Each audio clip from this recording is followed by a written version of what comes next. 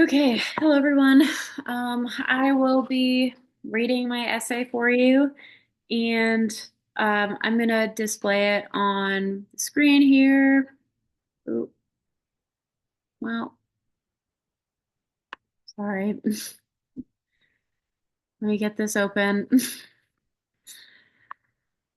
Ugh, sorry, I've had to like record this a few times. Okay, here we go. Hopefully this one works. Okay, so let's share my screen. Share, share, share. Okay.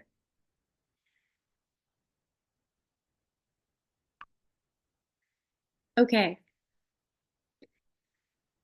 Beyond the Castle, an analysis on Howl's Moving Castle, or an analysis on how Howl's Moving Castle reflects Indigenous perspectives on power, resistance, and identity.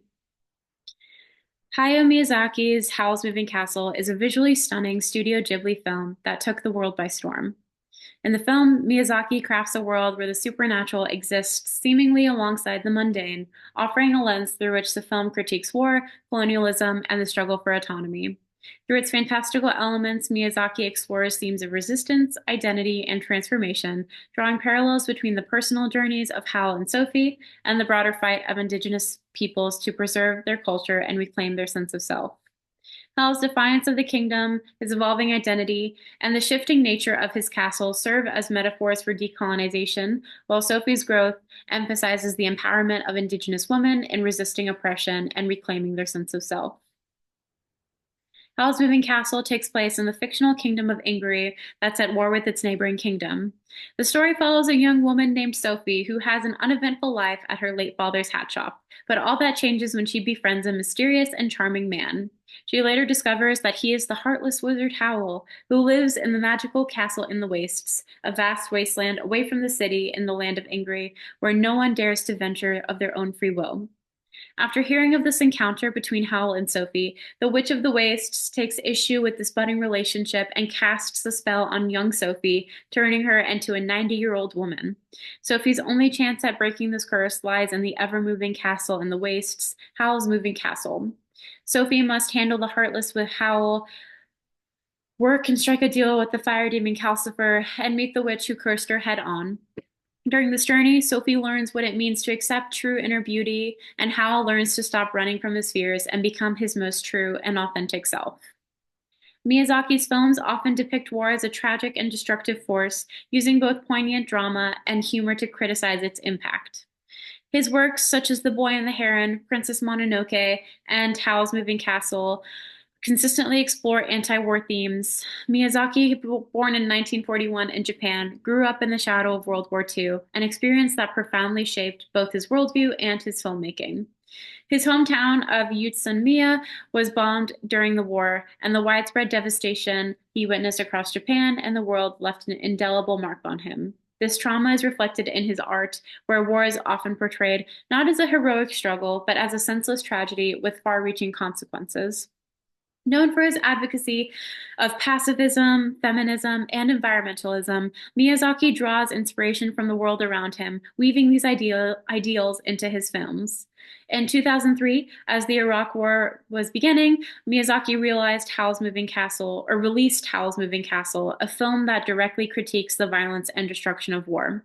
The film's fantastical elements, particularly the use of magic, are not just whimsical, they serve as metaphors for the far reaching effects of war on both the environment and the people it touches. Through characters like Howl and Sophie, Miyazaki illustrates the emotional and physical toll of conflict. The magical world in Howl's Moving Castle is a vivid backdrop for exploring these themes, allowing Miyazaki to depict a marvelous yet fractured reality where the human and natural worlds are deeply intertwined and scarred by violence. The use of magic within Howl's Moving Castle, marvelous reality. In the world of Howl's Moving Castle, magic is seamlessly integrated into everyday life where wizards, witches, and even ordinary townspeople use magic. This depiction of magic reflects the concept of marvelous reality, a term coined by writer Alejo Carpentier, which refers to a reality where the supernatural is not a simple or obvious matter, but an ordinary matter, an everyday occurrence admitted, accepted, and integrated into the rationality and materiality of literary realism. When looking at marvelous reality, magical occurrences such as ghosts, disappearances, miracles, extraordinary talents, and strange atmospheres are treated as a natural part of the world. Um, Here, it is assumed that something extraordinary has really happened, and it is accepted by the characters as such.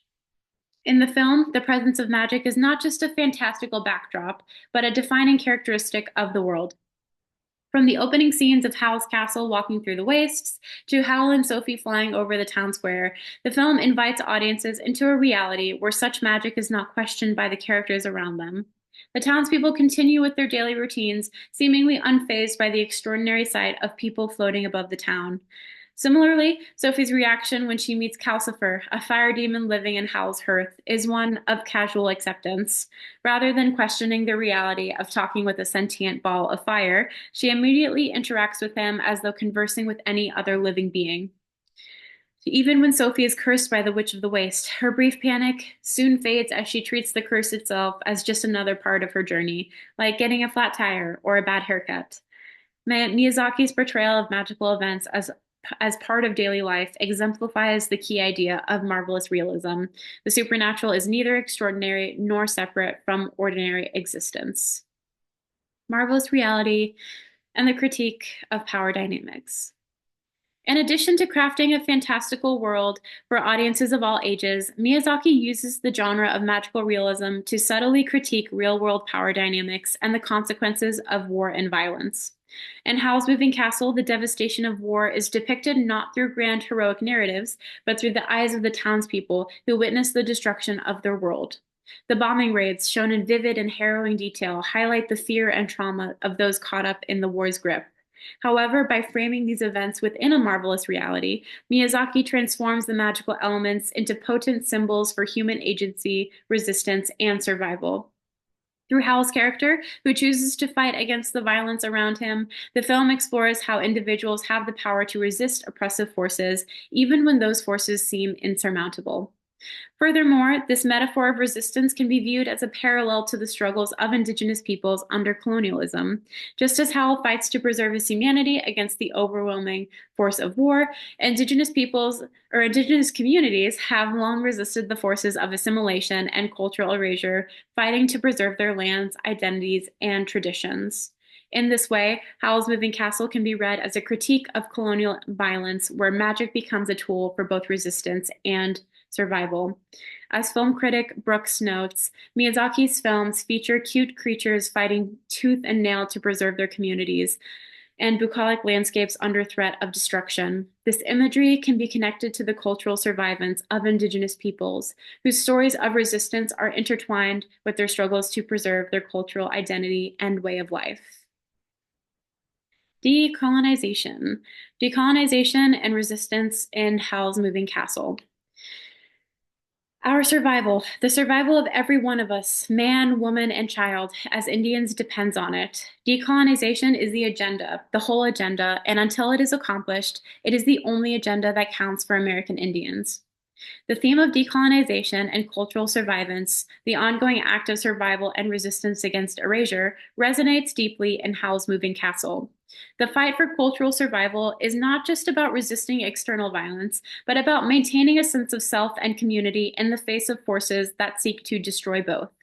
As scholar Dean Rader states, protecting Indigenous identity is inseparable from protecting Indigenous cultural values, and these have survived in large part because of the ability of Native creative productions, like literature and art, to resist erasure, bind communities, and articulate a discourse of survivance. Just as marvelous reality breaks away from conventional limits to reshape traditional narratives, decolonization works in the same way, challenging colonial structures and reimagining the possibilities of identity and power. In this way, Howl's Moving Castle uses its magical setting not just to tell a fantastical story, but to critique the forces that seek to control and dehumanize those who resist. Decolonization and resistance revolve around how Indigenous peoples have creatively responded to forced colonization. And similarly, Howell's response to the war was one of resistance. Howell's refusal to participate in the war is a rejection of these controlling forces. Much like how colonizers historically pressured indigenous peoples to assimilate and exploit their resources for colonial gain, the king and Madame Solomon's attempt to force Howell into using his magical abilities to further the kingdom's military and political goals. Howell's refusal to participate isn't just personal, it speaks to a broader rejection of the system's demands. His refusal, much like that of indigenous peoples resisting colonial domination, is a form of decolonization, a refusal to be assimilated or exploited by an external force. Howell's refusal to join the system also represents a defense of his autonomy and humanity. By refusing, Howl challenges the expectation that wizards must use their power for the kingdom's gain, especially when doing so turns them into monsters, stripping them of their identity and humanity, which can be seen through the wizards who have turned into bug-like creatures. These wizards who have been transformed into grotesque insectoid versions of themselves in the war as a result of their participation in the conflict symbolize the dehumanizing effects of war and colonialism. Furthermore, the transformation of the wizards into bug-like creatures serves as a direct visual metaphor for the way in which colonial systems dehumanize the colonized, reducing them to mere instruments of control, stripping them of their personal identities and authentic selves, reducing them to mere tools of exploitation. Howl as a wizard who is depicted as vain, or Howl is a wizard who is depicted as vain and self-absorbed with a tendency to avoid confrontation and responsibility, which is made especially evident in his reluctance to engage with the war that rages around him, and his tendency to retreat into his magical castle to avoid the chaos of the world. He is fearful of losing himself to the system, and although Howl resists fighting in the war, at the climax of the film, he chooses to engage and fight in the war, but only on his own terms. He acts not because he has been forced into it, but because he chooses to protect those he cares about, most notably Sophie, saying, "I've had enough of running away, Sophie, and now I've got something I want to protect. It's you." By choosing to fight for his own reasons, Howl is not only resisting the system, but is also reasserting his control over his own identity and his future. Through his refusal to fight for the system and his eventual choice to act on his own terms, Howl embodies a model of creative resistance, asserting his identity, agency, and moral independence, creating meaningful change for himself. Hal's journey is ultimately about the reclamation of his humanity, a theme that resonates deeply with anti-colonial discourses. As scholar Linda Tuahi Smith argues, the struggle to assert and claim humanity has been a consistent thread of anti-colonial discourses on colonialism and oppression. And just as Indigenous peoples have fought to preserve their cultural integrity in the face of colonial violence, Howell's battle is one of self-preservation. Furthermore, Miyazaki's portrayal of this resistance parallels the creative defiance of American Indian writers, filmmakers, and artists who participate in engaged resistance through creative work and cultural productions as a means of defiance, but also as a source of connection to tribal ways of telling stories, representing images, and animating the world. Miyazaki uses Howl's magical powers and his eventual rejection of the system's demands to communicate how cultural and personal autonomy can be reclaimed through creative resistance. In addition to this, posing Howl in this way, Miyazaki highlights to audiences that even in the face of overwhelming external pressure, individuals have the power to choose their path and to shape their own futures. Yeah. Identity and transformation, Howl's Castle as a journey of self-discovery. In Howl's Moving Castle, Howl undergoes significant growth and transformation in both, or in terms of his identity and his approach to life. His emotional and physical evolution is intricately tied to the evolving nature of his magical castle, which serves as both a literal and metaphorical extension of his identity. Through the shifting nature of the castle, the film visually portrays Howl's search for his authentic self, revealing layers of personal growth, self-acceptance, and the complexities of navigating multiple identities. Howl's Castle is one of the film's most iconic and visually striking elements. The film opens with an image of Howl's Castle, a fantastical, multi-layered structure that seems to defy the constraints of traditional architecture, walking through the wastes. The castle is a mechanical behemoth that moves on its own, walking across the land like a living creature, evoking a sense of eeriness and wonder, giving audiences a glimpse into the wonder and mystery that is to come. Furthermore, the image of the castle is so striking because visually the way the castle looks, walks, and moves throughout the land is almost reminiscent of a fish swimming through water, more specifically, the anglerfish. The castle looks like an anglerfish, also known as devilfish, and can be seen as a symbol of Hal's own experience of being othered and misunderstood by society, much like how Indigenous peoples have often been portrayed as monstrous or alien by outsiders. An anglerfish is a deep water fish that has a distinctive and eerie appearance, much like the castle. These fish are often described as frightening or monstrous due to their grotesque appearance, with their large mouths, sharp teeth, and blowing lure, giving them a sinister or otherworldly look. In both cases, Howl and Indigenous peoples, there is a tendency to misrepresent or demonize what is not easily understood. Just as the anglerfish is seen as threatening or strange by those unfamiliar with it, Howl is feared and misunderstood by the world around him. There are even rumors that circulate the town with people saying that he eats girls' hearts, mirroring how indigenous peoples have been depicted through harmful stereotypes and misconceptions that are reinforced by popular media rather than on genuine, nuanced knowledge, which leads to fear and misrepresentation. Furthermore, the anglerfish, despite its fearsome appearance, is also a symbol of survival and adaptation in the ocean, thriving in extreme environments.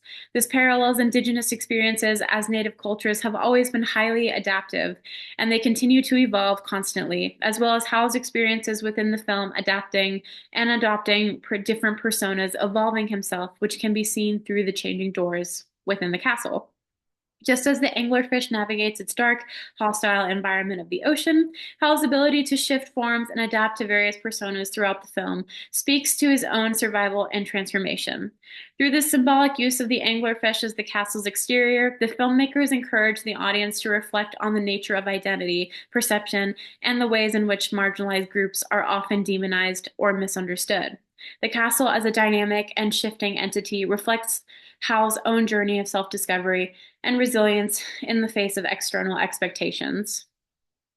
The symbolism of the changing doors. Moving into the interior of the castle, beyond the living room, kitchen, bedrooms, and bathrooms, there is one unique part that is an important aspect in Hal's identity transformation: the changing doors. The different doors in Hal's moving castle are symbolic of Hal's journey of self discovery, transformation, and reconciliation with his many layers of identity.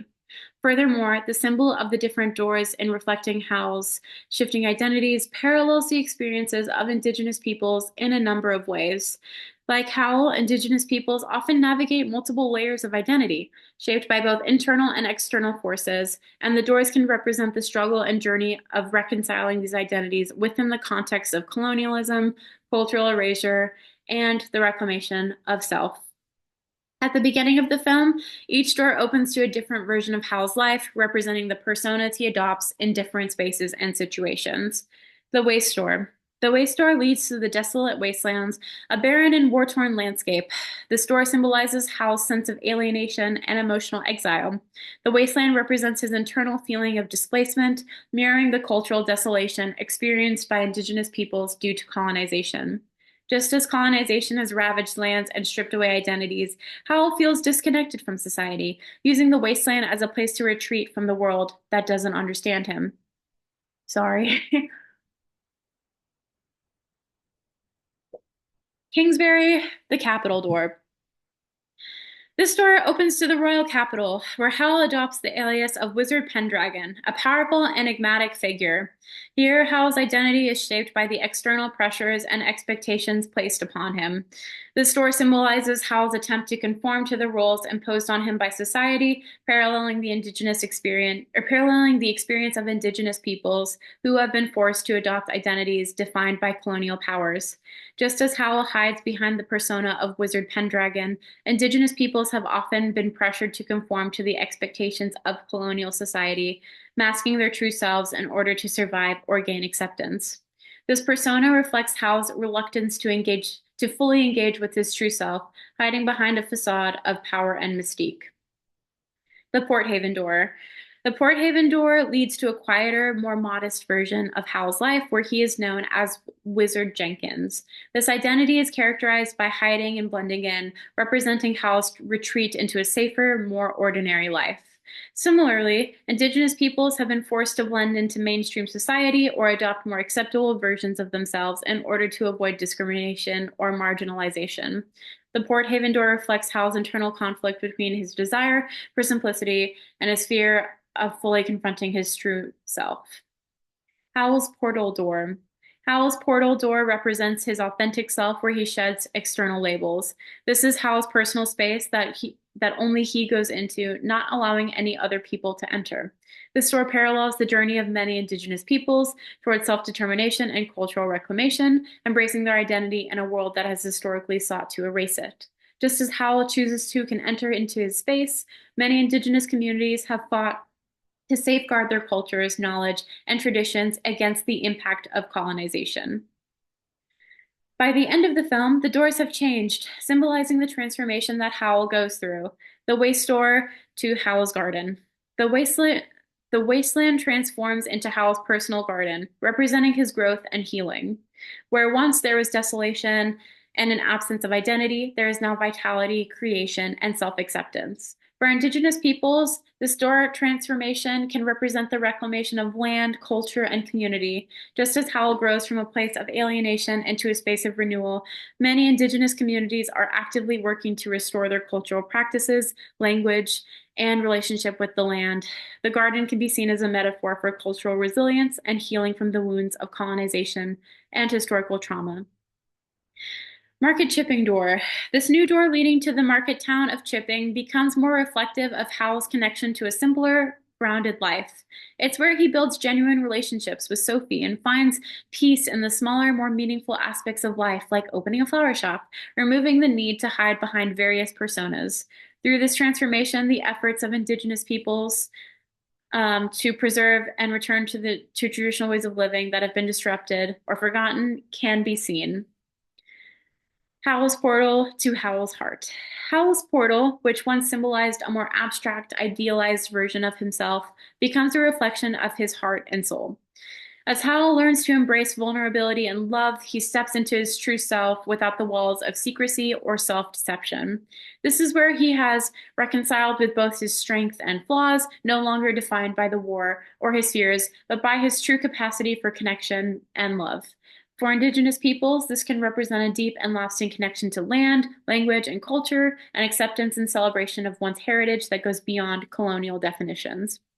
The changing doors in Howl's moving castle serve as a powerful metaphor for identity and transformation and the complexity of personal growth. The doors function not only as symbols of Howl's evolving identity, but also as a way to engage the audience's understanding of personal transformation.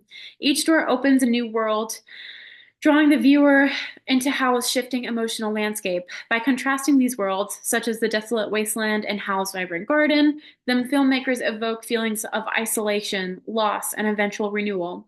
The doors also serve to highlight the tension between public persona and private self, urging the audience to reflect on the complex ways in which individuals navigate their identities in the face of external expectations. For marginalized groups, particularly Indigenous peoples, the metaphor of the doors speaks to the ongoing process of reclaiming identity, healing from the wounds of colonization, and navigating the tension between external expectations and internal truths. Ultimately, the doors in the castle symbolize the possibility of transformation and renewal, offering a visual representation of the emotional and cultural resilience necessary to navigate and survive a world that seeks to impose limiting definitions of who we are. Sophie's transformation. In Howl's Moving Castle, Sophie's journey mirrors the process of reclaiming agency, self-worth, and power. At the start of the film, Sophie is depicted as a quiet, dutiful girl who works in her father's hat shop. As the oldest daughter, she accepts her role and follows orders without question. However, when Sophie is cursed by the Witch of the Waste, turning her into a 90-year-old woman, the transformation becomes the catalyst for her own journey of empowerment. Rather than allowing the curse to define her, Sophie reclaims it, turning her age and appearance into tools for personal growth, empowerment, and resistance. In doing so, she mobilizes the language of the enemy against the enemy, using what was intended as a curse to break free from social or societal constraints. Sophie's transformation is marked not only by her physical change, but also by her evolving body language, posture, and clothing, all of which visually symbolize her shift from timidity to agency. At the start of the film, Sophie's movements are hesitant and submissive, mirroring her internal struggle to occupy space and assert herself in the world. Her posture, slightly hunched, reflects a sense of insecurity and self-doubt. As her journey unfolds, however, Sophie's physicality begins to shift. Her posture becomes straighter, symbolizing her growing confidence and self-determination. And reclaiming her old age, she gains a sense of freedom that she lacked in her youthful form, a freedom to move more boldly through the world and take up space. This shift reflects a deeper transformation, one that mirrors the resilience and strength of Indigenous women navigating the intersection of colonization, oppression, and empowerment. Color as a symbol of transformation in Sophie. Sophie's evolving wardrobe further illustrates her growth. At the start of the film, Sophie is seen in a muted grayish green dress. Sophie's muted green dress symbolizes her stifled growth, the growth that has not come yet, and desire to blend in, much like how many Indigenous women were historically forced to remain silent or invisible in mainstream society. Furthermore, green is often associated with life and renewal, but in Sophie's case, the muted shade suggests potential that has not been realized yet, perhaps an allusion to the quiet hidden strength within Indigenous communities, even when it's not immediately seen or recognized by the outside world. As Sophie's journey continues, her dress shifts to a rich, dark blue, symbolizing her increasing confidence, autonomy, and ability to assert herself in the world. The deep, contrasting blue stands out against the backgrounds of the film, signifying that she's beginning to differentiate herself and claim space in the world around her. The deep blue also speaks to the political and cultural reclamation efforts seen in many Indigenous communities where Indigenous women are talking back to dominant society, having potential to disrupt negative stereotypes, enabling Indigenous women to be viewed as full human beings with agency and worth. By the end of the film, Sophie's transformation is fully realized through the yellow dress she wears in the final scenes. Yellow, a color of hope, joy, and vitality, symbolizes the fullness of Sophie's journey, her reclamation of power, identity, and self-acceptance. Sophie's yellow dress is not just a visual cue of her personal growth, but a rhetorical statement about the joy and resilience of reclaiming one's voice and identity, speaking to the ways in which many Indigenous women are reclaiming their cultures, identities, and roles in ways that are joyful, empowering, and future focused despite centuries of trauma. Sophie's journey and her yellow dress also symbolizes the continuing struggle and resilience of Indigenous peoples where healing, growth, and reclaiming identity are seen as profound or acts of profound strength. Sophie as a representation of Indigenous women. Furthermore, Sophie's journey is a clear communication of Indigenous femininity because she is a woman who is finding her power and strength, connecting with herself. In Indigenous tribes, women were viewed as the matriarchs, the people of the land, and the women were to be considered the progenitors of the nation, owning the land and the soil. But like these Indigenous women, Sophie gradually becomes the matriarch of the castle, not through physical strength or dominance, but through her ability to care for, protect, and bring balance to the fractured world around her. Sophie's growing ability to care for the castle and its inhabitants is often reflected in how the environment around her is depicted. The castle, initially very cluttered, messy, and slightly chaotic, becomes more harmonious and cohesive as Sophie assumes her role as a leader of the home. We see Sophie's impact on the castle as she cleans, declutters, and energy in this visual shift, reflecting the balance and nurturing qualities she brings to the space. In contrast to this, Howl's initial presence in the castle, while very charismatic, often leads to instability or turmoil in the castle and for those living there, visually representing how his internal struggles and resistance to the war effort create tension and chaos. So as Sophie learns to embrace her inner power and intuition, she transforms not only herself, but also the lives of those she encounters, ultimately becoming the cornerstone of stability and healing for the castle. Sophie's growth is a testament to the power of resilience and the ability to transform one's circumstances, no matter how oppressive they may be. Through her journey, she reclaims not just her own power, but also her role as a leader and a caretaker. In doing so, she becomes a symbol of Indigenous women's resilience, a representation of how women can overcome the scars of colonization and oppression, rebuild their identities, and create spaces of healing, empowerment, and community. Final thoughts. Howl's Moving Castle goes beyond its role as a fantastical adventure to offer a profound exploration of identity, resistance, and transformation. Through the journeys of Howl and Sophie, the film serves as an allegory for the struggles of Indigenous peoples facing colonization and cultural erasure. Howl's defiance and eventual reclamation of autonomy reflect the resilience of Indigenous communities and their ongoing fight for sovereignty and cultural survival. The shifting nature of Howl's Castle mirrors the broader process of self-determination and healing that many marginalized communities undergo, while Sophie's personal transformation highlights the central role of Indigenous women in this resistance. Ultimately, Miyazaki's film is both a celebration of resilience and a call to action, reminding us that, like Howl and Sophie, we all have the power to transcend limitations, resist forces that seek to define us, and reclaim our true selves in the face of oppression. And here is my works cited page. Okay, thank you for watching. Oh my goodness. Okay, have a great rest of your day. I'll see you all in class on Tuesday. Okay, bye.